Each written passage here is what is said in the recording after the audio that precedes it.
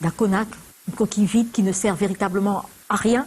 Quand on écoute les autres panélistes, c'est le sentiment que l'on a. Que pensez-vous de cette commission qui, ma foi, est quand même importante pour... Bon, je ne veux pas aller dans cette direction-là. Je dis que la CONAC, le rapport de la CONAC a un intérêt parce qu'il permet justement de mesurer le niveau de pénétration des mesures de lutte contre la corruption. C'est très important.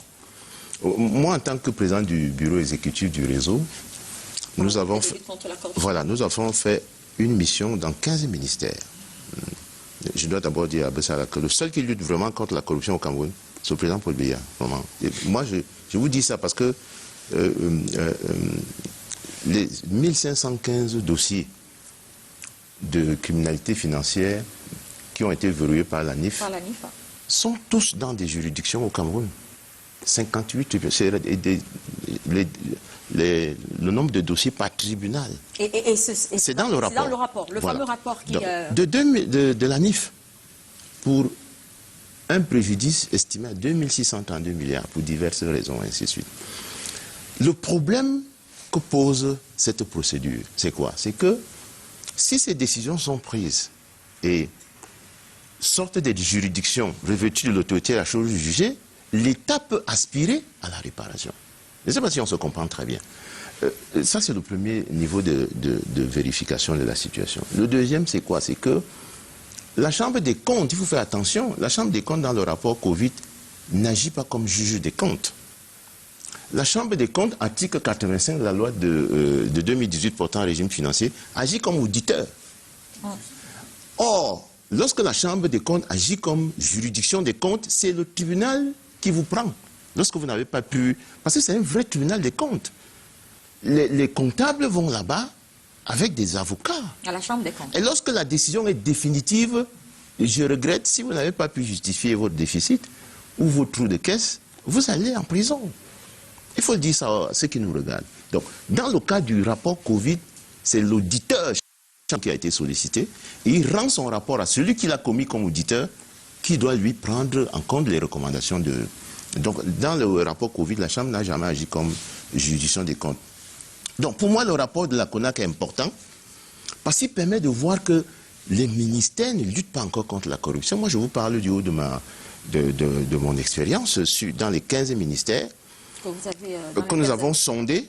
D'abord, ils n'ont pas assez d'argent. Ils ne mettent même pas l'argent dans la lutte contre la corruption. Attends, besoin de beaucoup d'argent pour lutter contre la corruption. Attendez, est-ce que vous avez idée que la CONAC est restée plafonnée à un budget de 2 milliards depuis qu'elle a été créée, avec les missions qui sont devenues extrêmement complexes? La CONAC n'a même plus de véhicules pour circuler. D'ailleurs, je ne suis même pas sûr que le quorum de son conseil soit atteint, parce qu'il y a eu de nombreux décès là-bas de personnes qui n'ont pas été remplacées. Ce qui pourrait également participer à interroger sa méthode, puisqu'elle n'a pas assez de moyens. Madame, je suis en train de vous décrire une situation factuelle. Je vous dis que ce qui m'intéresse dans le rapport de la CONAC, c'est qu'il démontre de façon claire qu'on ne lutte pas assez contre la corruption, que les administrations en charge d'un certain nombre de secteurs ne font pas leur travail. Est-ce que vous avez idée que les 15 ministères que nous avons sondés, dont les dispositifs ont été questionnés par l'Assemblée nationale, c'était une mission prescrite par le président de l'Assemblée nationale, aucun de ces ministères n'a porté en justice les faits de corruption constatés dans ces ministères. Je puis vous assurer que si au ministère des enseignements secondaires, on avait porté en justice certains faits de corruption dans la chaîne de traitement des salaires des enseignants, on ne serait pas arrivé à la situation d'aujourd'hui. L'OTS, par exemple. Donc, c'est pour vous dire que quand le président le dit, le 31 décembre 2022, qu'est-ce qu'il dit? Il va au-delà des institutions, Richard. Le président dit, je souhaite que tous les Camerounais de bonne volonté soutiennent le combat que je mène depuis de nombreuses années. Je vous dis, le seul qui lutte contre la corruption dans ce pays, c'est le président Biya. Les autres... non, je vous parle de... C'est un rapport qui existe. Et notre réseau va produire... va animer des activités lors de la session de novembre parce que, justement, notre réseau a participé à faciliter la convergence dont on parle pour une vraie loi robuste contre la corruption et donner à la CONAC les moyens dont dispose l'ANIF.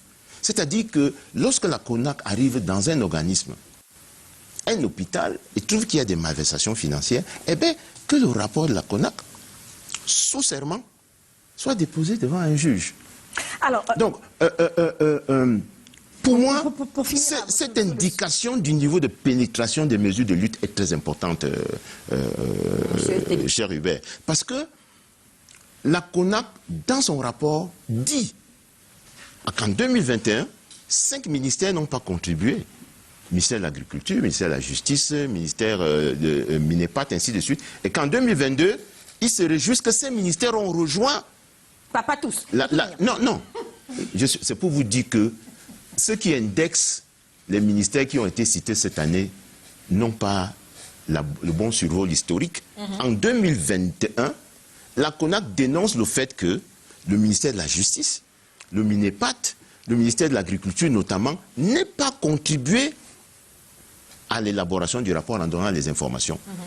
Et ils se réjouissent, cette fois-ci, que ces ministères les ont rejoints et que d'autres, notamment le ministère des Domaines des Affaires foncières, du cadastre des Domaines des Affaires foncières, le ministère de l'enseignement secondaire notamment, donc, les mines, l'eau et l'énergie n'ont pas contribué. Donc ça veut dire que vous voyez que dans le dispositif gouvernemental de lutte contre la corruption, il y a des départements ministériels qui n'apportent pas leur contribution. C'est très grave. Très bien. C'est très grave. Laissez-moi conclure. Oui, allez-y rapidement. Laissez-moi conclure rapidement. Parce que si vous allez rapidement, ceux qui nous regardent ne vont pas bien comprendre. Il faut qu'ils sachent donc que vous pouvez extrapoler ce que je vous ai dit à l'échelle de tous les ministères. Vous allez retrouver que le seul ministère qui porte des faits de corruption, notamment les détournements des deniers publics en justice, c'est le ministère des Finances. Pourquoi? Parce qu'il gère les comptables publics, du Trésor notamment, de la douane et puis des impôts. Je vous mets au défi de citer un seul ministère qui allait au-delà des simples sanctions administratives. Il n'y en a pas. Nous, on a vérifié cela. Et c'est pour dire à ceux qui nous regardent que, et je conclue vraiment là-dessus, s'il vous plaît, la corruption est la source de tous les problèmes du Cameroun. Si les Camerounais ne prennent pas à la bonne mesure la lutte contre la corruption, ce pays, tout ce que vous voyez là, les problèmes de voirie urbaine, les problèmes de routes qui ne sont pas construites, les écoles, prenez le critère de fonctionnalité. Pour finir, vraiment, vous savez ce que c'est la fonctionnalité? La fonctionnalité, c'est quoi?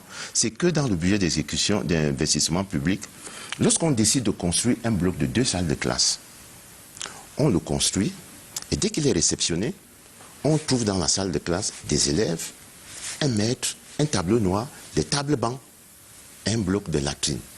Mais il y a des écoles qui ne remplissent pas ce critère de fonctionnalité à cause de la corruption. Et c'est très grave. Alors, donc, c'est vraiment un combat qui doit solliciter toutes les énergies pour que chacun à son niveau dénonce la corruption. Georges Paporoundi, pour rester dans ce rapport-là, 5 secteurs qui recensent le plus grand nombre de récriminations selon le rapport de la CONAC, en tête de liste justement les domaines affaires foncières, domaines et les affaires foncières, l'administration territoriale, les finances, l'éducation, les marchés publics. Est-ce que, de mémoire de journaliste, ça ne traduit pas ce que l'on voit sur le terrain? Est-ce que seulement sur ce fait, on ne peut pas dire que les rapports de la CONAC donnent une perception réelle de ce qui se passe sur le terrain?